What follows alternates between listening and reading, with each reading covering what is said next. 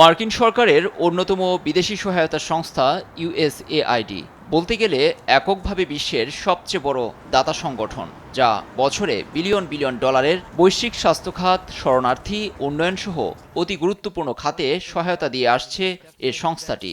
বহু লোকেরও কর্মসংস্থানের জায়গাও বটে। কিন্তু যেই কথা সেই কাজ, এটি বন্ধে অনড় প্রেসিডেন্ট ডোনাল্ড ট্রাম্প ও তার সহযোগী ধনকুবের ইলন মাস্ক।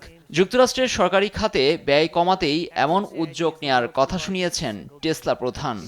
সংস্থাটি বন্ধের পরিকল্পনার বিরোধিতায় ডেমোক্রেটরা ওয়াশিংটন ডিসিতে ইউএসএআইডির কার্যালয়ের বাইরে বিক্ষোভ দেখিয়ে আইন প্রণেতারা সংস্থাটি বন্ধের সিদ্ধান্তকে আত্মঘাতী হিসেবে বর্ণনা করেন। এ সহযোগিতায় এইচআইভি বিরুদ্ধে লড়াইয়ে ভূমিকা রাখছে। শুধু তাই নয়, চীনের উইঘুর জনগোষ্ঠীকে রক্ষা করা, শরণার্থীদের সুরক্ষা, সর্বত্র খাদ্য নিরাপত্তা নিশ্চিতের লড়াই। বিশ্বের শীর্ষস্থানীয় এ উন্নয়ন সংস্থাটিকে ছুঁড়ে ফেলতে ইলন মাস্ককে নির্বাচন করেনি কেউ। মানুষের অধিকার রক্ষায় আমরা প্রয়োজনে আদালতে দ্বারস্থ হব। In every way we can, in the courts, in public opinion, with the bully pulpit, in the halls of Congress. কেউই ভালোভাবে নিচ্ছে না নতুন মার্কিন প্রশাসনের এমন সিদ্ধান্তকে।